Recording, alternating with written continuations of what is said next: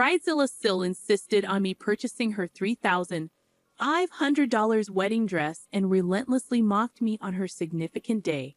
Seeking revenge, I, a 27-year-old woman, found myself serving as the maid of honor for my sister-in-law, Christina, aged 25. My marriage to her brother, Martin, aged 28, had reached its one-year mark, and while the rest of Martin's family had embraced me, Christina remained an exception. Despite my initial attempts at kindness, Christina's uptight and mean demeanor resembled the mean girls from my high school and college days. Recognizing the futility of befriending her, I ceased efforts, and we settled into a pattern of mutual ignorance.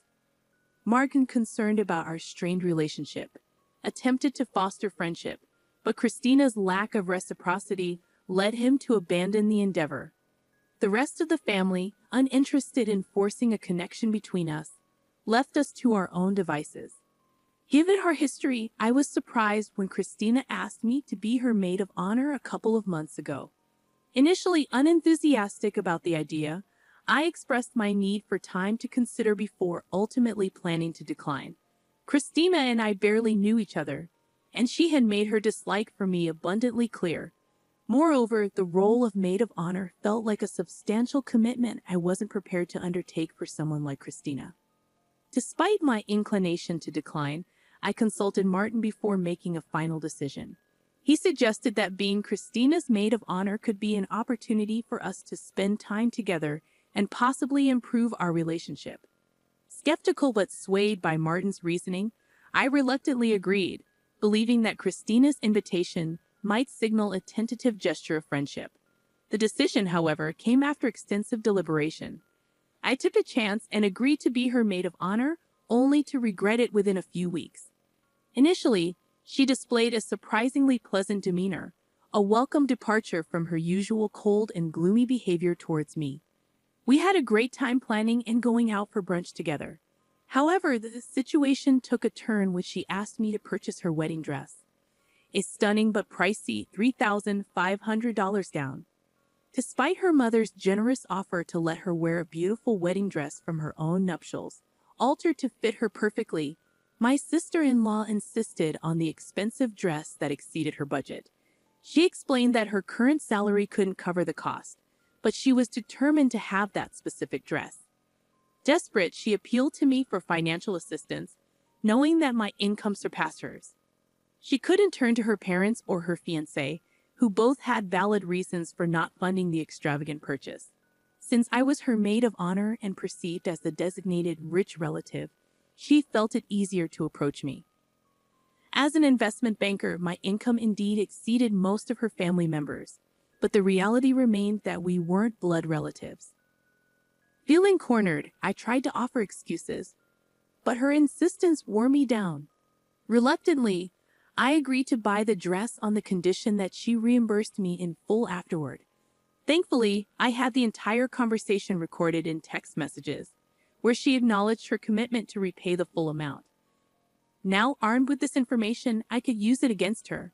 I had purchased the dress, and she was ecstatic. Her kindness towards me surpassed even her treatment of the other bridesmaids, who were her close friends. It felt rewarding for a couple of months until the wedding day when she reverted to her old self in a particularly hurtful manner. On the day of the ceremony, she not only resumed her cold behavior but took it a step further by openly mocking and humiliating me in front of her friends and other guests. While the ceremony went smoothly due to minimal interaction, she began distancing herself from me early in the morning of her wedding. During the event, she reluctantly included me in socializing, but used the opportunity to make mean-spirited jokes at my expense, making both the guests and me uncomfortable. Her cruelty knew no bounds as she ridiculed everything from my appearance to my personality, targeting my weight, nose, social anxiety, and even my perfectionism. The unwarranted and senseless nature of her actions baffled me, especially considering the positive rapport we had established leading up to her wedding. I had almost believed we were friends. Unable to endure the humiliation any longer, I confronted her privately, questioning the sudden change in her behavior. She dismissed my concerns, claiming I was being oversensitive and insisting that she wasn't making fun of me. It was merely her sense of humor. Frustrated, I expressed my discomfort with her so-called humor, but she brushed it off, suggesting that if I couldn't handle it, I shouldn't be friends with her. Left standing in shock at her callousness, I eventually lost my temper and did something perhaps ill-advised. Positioned not far from the stage and noticing the band still setting up, I seized the moment. Walking onto the stage, where the microphones were not yet in use, I delivered a speech, a decision I would come to regret. As all eyes turned toward me, I had everyone's attention. I began my impromptu speech by recounting how Christina had asked me to be her maid of honor a couple of months ago. My husband and I naively thought it could be an opportunity for us to finally bond with her. I highlighted Christina's initial coldness and my hope that this role could lead to a genuine friendship. However, I soon realized that Christina, despite the temporary warmth, remained impossible to befriend due to her unpleasant nature. Bringing up the incident where she begged me to buy her wedding dress, I expressed my suspicion that she only asked me to be her maid of honor to secure the dress. Given my higher income, she likely endured niceties for a few months to ensure she got the dress she desired. As I spoke, I noticed the power to the microphone had been cut, prompting me to shout my speech. Security started making their way through the crowd towards me. Taking advantage of the moment, I revealed the damning texts on my phone, labeling Christina as tacky, ungrateful, and, fittingly, badzilla. Without looking back, I left the venue, relishing in the satisfaction of hearing her cry. On the bus home, I checked my phone to find around 100 texts from my family, including confused messages from my parents who had witnessed the spectacle at the wedding. Martin, my husband, expressed his disbelief and the need for a serious conversation. He also mentioned that Christina had become inconsolable after my departure, causing a temporary halt to the proceedings. Upon reaching home, I ignored the influx of texts from irrelevant relatives seeking drama and gossip. Instead, I treated myself to a cocktail and ordered a burger, compensating for the missed enjoyment of the wedding feast. Opting for a laid-back afternoon, I settled in front of the television to unwind. I chose to remain unresponsive to calls and texts until the evening, feeling it wasn't necessary to engage with anyone in my agitated state. The swirl of emotions, insult, humiliation, and a sense of being used overwhelmed me. Despite acknowledging the erratic nature of my actions, I grappled with conflicting feelings and couldn't muster the courage to explain myself to anyone.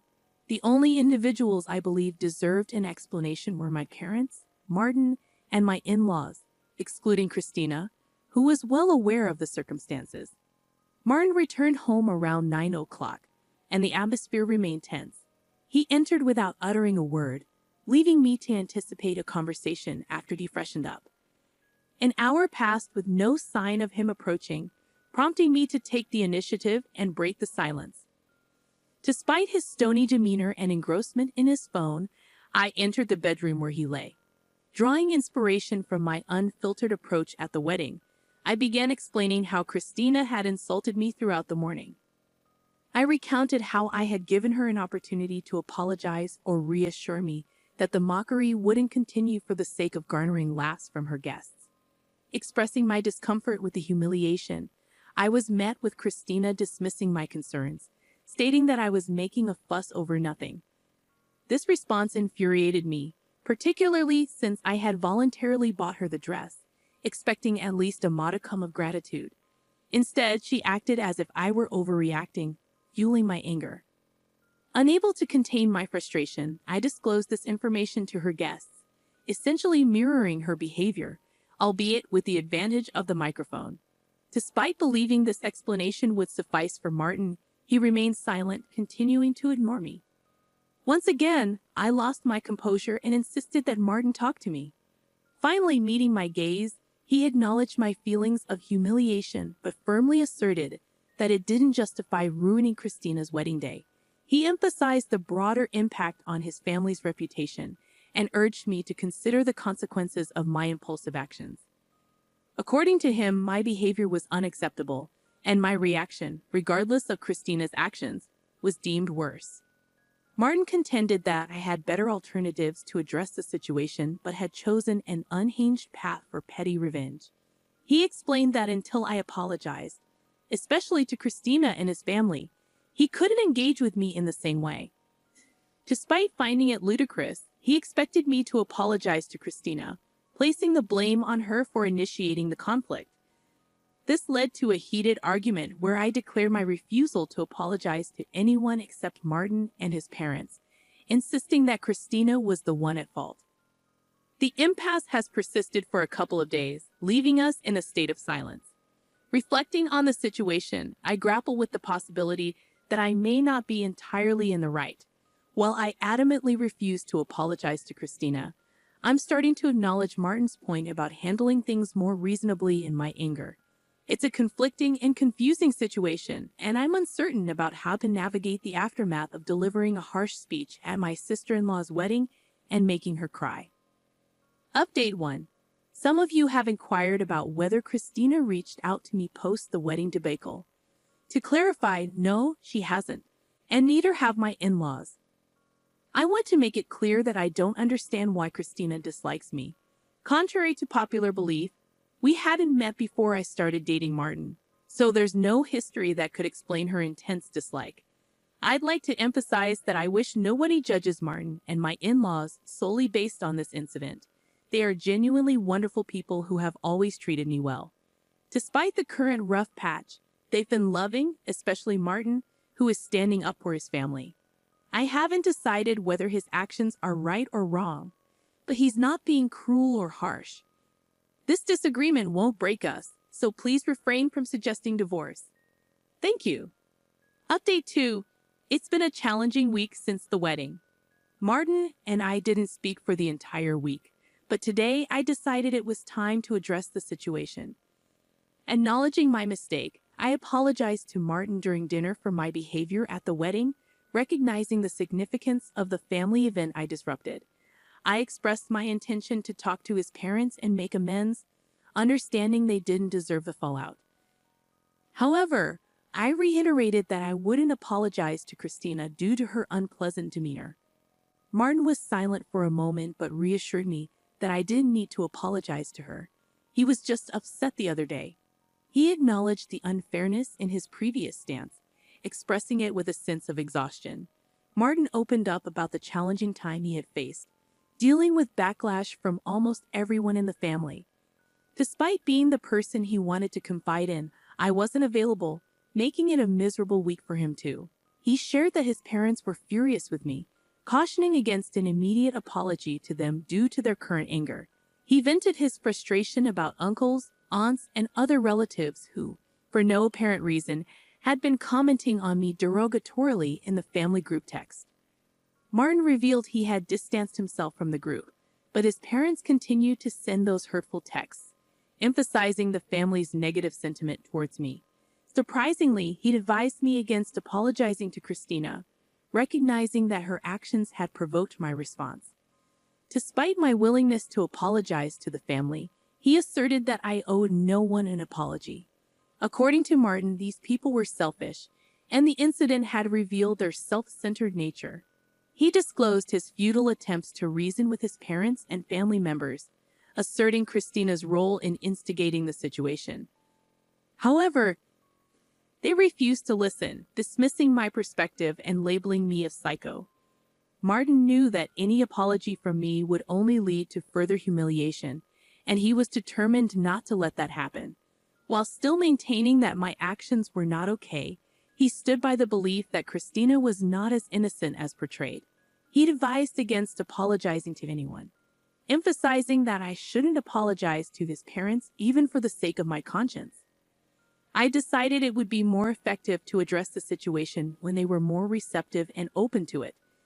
If I approached them now, it would likely be futile. In a way, it turned out well for both of us. While not perfect or ideal, at least I was able to relieve my conscience with Martin. Ultimately, what matters most to me is my husband's opinion of me. Everyone else can go to hell. Update 3. Hey everyone! I know many of you have been seeking an update, but honestly, not much has changed since the last one. After Martin and I reconciled, I stopped worrying about his family's opinion of me.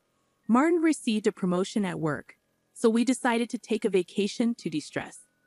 Regarding my own parents, I explained the situation, and they were okay with it. They're just happy that Martin and I are getting along. Christina and her parents haven't reached out, and I believe it's for the best. My in-laws chose their daughter's side, and I respect their personal choice without holding it against them. Update 4. It's been a month since my last update, and today, I received a refund from Christina. It was surprising because I had almost forgotten about her and the wedding debacle. She texted me revealing the real reason behind her dislike. It turned out to be as trivial as I expected. Her friend had a crush on Martin, and when he introduced me to the family, her friend got heartbroken. Christina blamed me for it. I don't see how any of this is my fault, but Christina needed a reason to dislike me, and she picked that. Now that I know the reason, which seems quite silly, I'd rather not have known at all. I shared this revelation with Martin, who mentioned he always had a hunch, but never saw her friend as anything more than his little sister's best friend. Even if I hadn't been in the picture, they wouldn't have gotten together. Anyway, it's over now, and I don't have to talk to Christina ever again.